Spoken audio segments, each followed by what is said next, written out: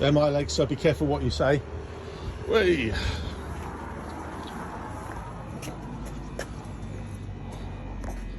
How you getting on, Joe? Yeah, not too bad. So we are, I'll just do a little introduction. All right, so my name's Ian Buddick, Leakbusters London Boiler Company. I'm the expert on various shows, including BBC Watchdog, Rogue Traders, BBC All Money.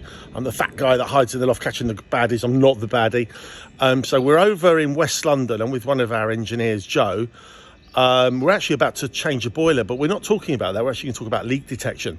So Joe, so let's just give an idea of the size of the house. That's a sort of 1930s house. How many radiators are there, Joe? 22 radiators on this system. 22 radiators. So what sort of problem? What were we called out for? What was their problem? So that they got told by a couple of previous leak detection companies that they had a leak on their heating system. Because it kept going down, presumably. Yeah, so it was over a period of sort of 3 weeks.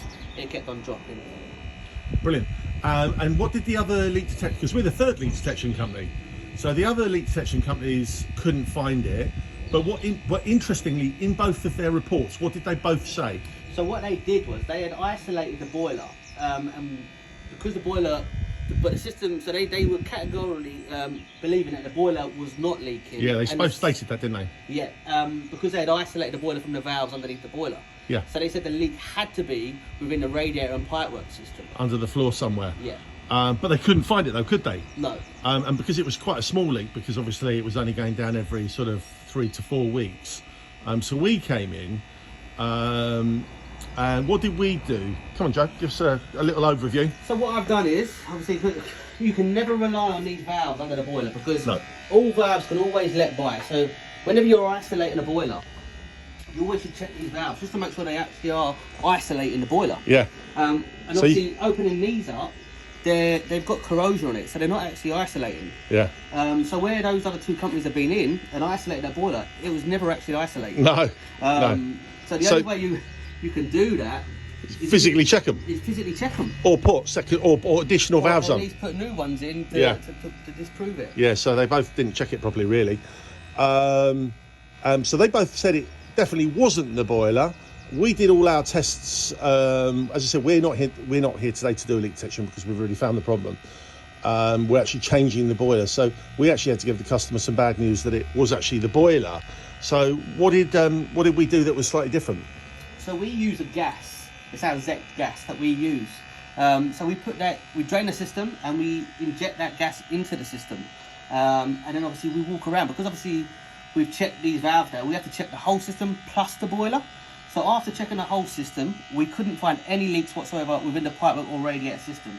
So then on checking the boiler, we found there was a leak within the boiler system. Yeah, so this is an interesting one. So I've not made a video about this. We have, it really only happens on Vaillant. It does happen on some glowworms, but it's certainly a Vaillant issue.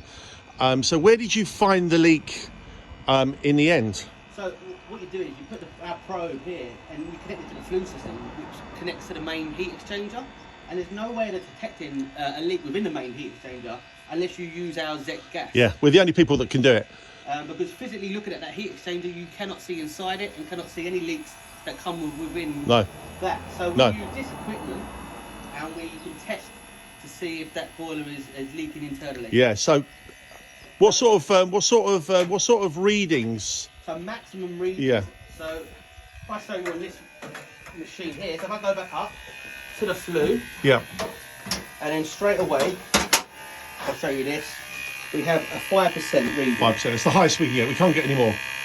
So fantastic. So we've got.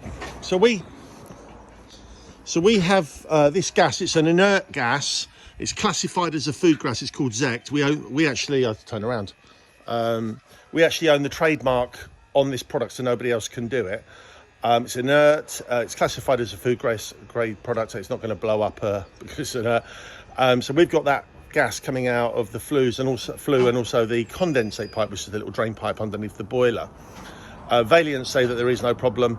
Somebody else came in and checked the boiler out, took the case off the boiler, looked inside. Was there any water? No, it was bone dry, so therefore they said there is no leak inside the boiler. However, here's the rub. there is an internal design fault on some Vaillant heat exchangers, which allows the water to drain out internally. So when you take the case off the boiler, it is bone dry, there is no sign of leakage, and then that water drips out through the condensate pipe and drips out, and you can't see it, but our system finds it. Yeah, we're changing the boiler today as a result. Vaillant obviously deny that there's any problems with the heat exchangers, but this is not the first time this has happened, is it? No, there's many times. It's a reoccurrence. How many times have we fallen out with the customer because they've said, no, Vaillant have told us it's definitely not the boiler? And, yeah.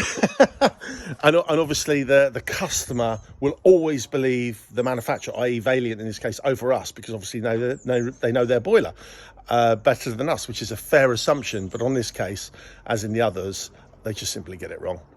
So there's no intention here, a bad intention, but it is a matter of just doing the right thing. And in this case, it is changing the boiler. Obviously, the customer's got to pay. But I think it's an old boiler anyway, isn't it? Yeah, it's about 10, 12 years old. Cool.